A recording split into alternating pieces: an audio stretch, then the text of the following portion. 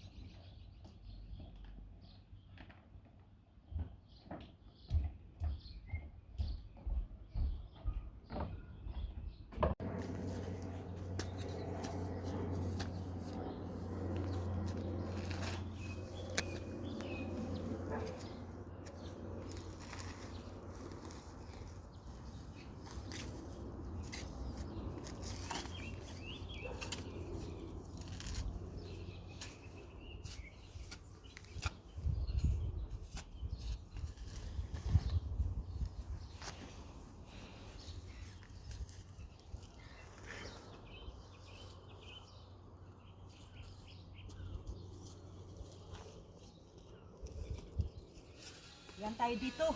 Sikap-sikap lang. Mga kabishi. Yun, buhay namin dito. Walang amo-amo. Walang mayaman, walang mahirap. Importante gumagalaw. At ano man ang katungkulan mo doon, ano man ang karangyaan mo sa Pilipinas, wala yan dito. Talagang magsikap ka. Yan. Ang hirap ng buhay sa likod. Tapos lagyan ko ng pixel.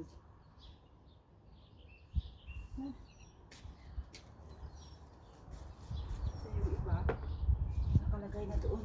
Namin dito sa labas. Pasensya na po, napapagod lang po. Ayun. Yan, nilipat ko yan mamaya. Yan. Yung mga basura namin dito, mga vegetable rubbish, yan nilalagay ko dyan. Kasi malawak oh. Sayang yung backyard dito na hindi mataniman. Kahit malampit sa yung mga gulay-gulay. Sayang, napakamahal pa naman ang gulay dito. Yan. Kaya pag summer na, parating na yung summer. Itong last of September, yan, umpisa na kami na magtatanim dito lahat. Yan o, maglinis kami. Ngayon hindi pa namin maharap dahil sa sobrang busy sa trabaho. Tsaka malamig. Tapos ng September or palagitnaan ng September kasi yan, tag-araw na. Yan ang iba kong tanim. Tanim pa lang iba. Ako lang yung nag-check araw-araw. Pero umpisa pa lang yan. Yan, naglagay na ako ng fertilizer niya na tubig na may mga gulay-gulay na binabad ko ng 2 araw. Tapos, yun, yan ang linagay ko dito na pinaka fertilizer niya. Para at least may natitira pa siya. Oh. Yun. Yun. Yun. Yun. Pero okay lang yan. At least, hindi yung panay tubig kasi yan. Pag ano ng mga gulay tira-tira, ibig sabihin, may protina din siya. Kaysa tubig na, plain lang, di ba? Yan, lahat ng gulay, lahat ng mga prutas, ginawa ko, kinumpos ko, linagay ko dito, binabad ko ng 2 days. Tapos, 2 days, kinama-kama ko para idilig ko naman siya. Yun.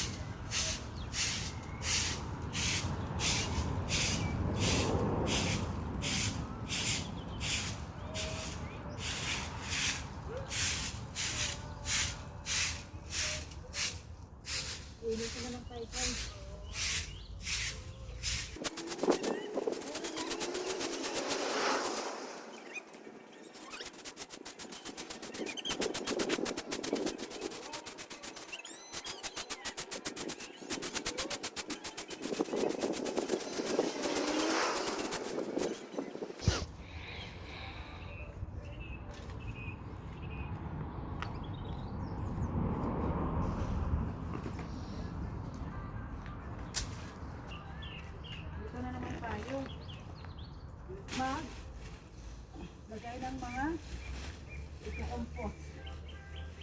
Yan.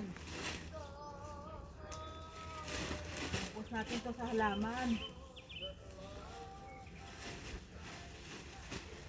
Para at least may pang-abono tayo.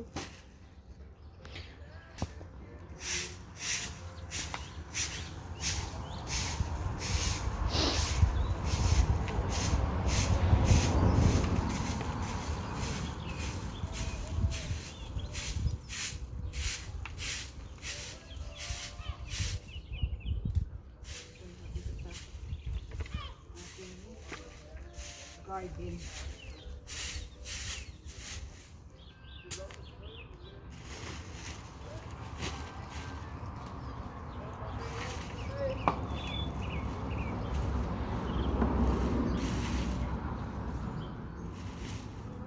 Walang arte-arte, kamay-kamay na. Ito naman ito marumi, baho lang naman ito.